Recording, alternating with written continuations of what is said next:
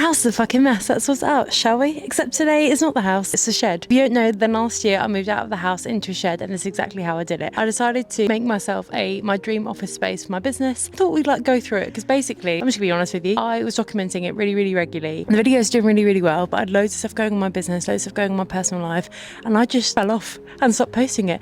And I don't even know what part we got up to. So I thought we'd just start from the beginning, just go through how I've done it. I think I've been enjoying it for about 3 months, but it's been done for like 6 months. And yeah, it's been amazing to have this workplace here. I feel like the new year has given me a new lease of life, a little bit of calm. And I just feel very blessed to have this space to work in, because it is like a real childhood dream. My inner child is healed by my little pink doll's house that I get to work in. If you haven't seen me before, then hi, I'm Nat. I'm a messy bitch. I document my chaos to make you feel better about yours. If you haven't got your shit together, you're in the right place. Don't you worry, you've made it onto Messy Bitch TikTok. If you haven't seen my content for a while, that is because TikTok fucking hates me. And although I have 49.9 thousand followers, crazy, I only get about 200-300 views per video. Normally when you make it to this point in the video, I tell you to pause the video here, go do something going to make your evening or your day or whatever a bit better, like a little chore, and then come back and watch the rest as a treat, and drop yourself a gold star in the comments, because adults really do deserve stickers too.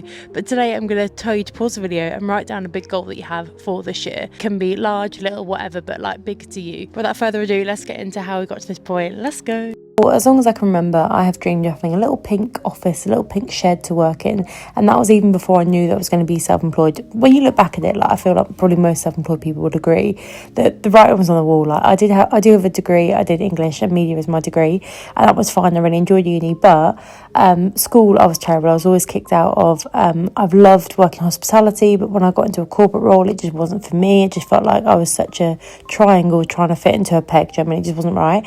So I started Data Tactics 6 years ago now, which is just fucking mental. And I just want to preface this before we get into like how I did it, by the fact that none of this comes overnight. When I started Data Tactics, my social media marketing business, I couldn't get any work. I was working from a broken desk in my spare room with my phone and a broken tripod, actually, ironically. Everything was broken, especially me. I was broke. And yeah, it didn't come overnight. So when you watch people build these things, I think it's really easy to be like, oh, fuck's sake, why isn't my business doing as well? Or why am I not at that position? Don't worry, babes. It will come for you like it did for me. You know, there are points where when you have your own business that you feel like you're going to have no way through. There's been so many times since having DT that I've had those days where I'm like, right, that's it, we're fucked, it's not going to work.